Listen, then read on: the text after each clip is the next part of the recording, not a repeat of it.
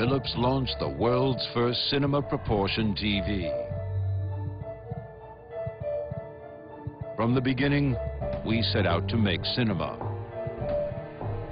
With a crew of over 100, a state-of-the-art motion control rig, 3 cranes, dozens of extras, a 3-day shoot, 5 weeks of post-production, a site that would be talked about, and a site that would get the product talked about.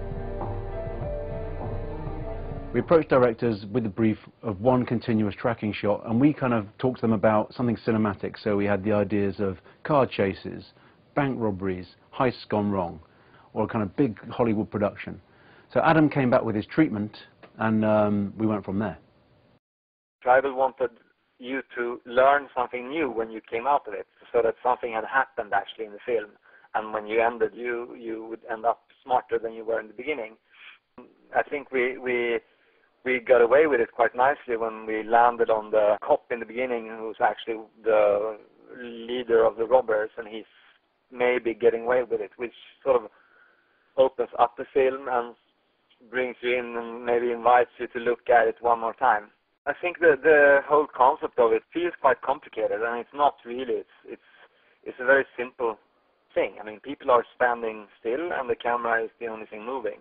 We used people that actually had good body control, like stuntmen and dancers and people like that could actually hold weird positions and stand still for a long time. I mean, filmmaking is obviously a collaborative process, and you bring in a lot of experts that are experts in their field. I worked obviously very closely to Richard Lyons, the post supervisor, and Fredrik Becker, who's the DP. This was quite a complex shoot.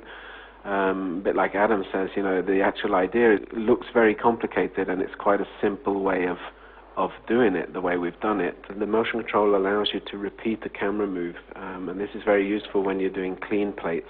So when we had a lot of actors that were hanging in wires, what it did was it allowed us to shoot another plate where there was no actors, and this gives you some source that you can use to remove the wires afterwards. And then we had a lot of 3D work, and a lot of that 3D work was not just things like the banknotes, but also the explosions. And it's hard enough to do an explosion, but to do an explosion that's actually frozen in time, that you're going very close to, or sometimes actually like in the upstairs corridor, we actually go through the explosion, is very complex.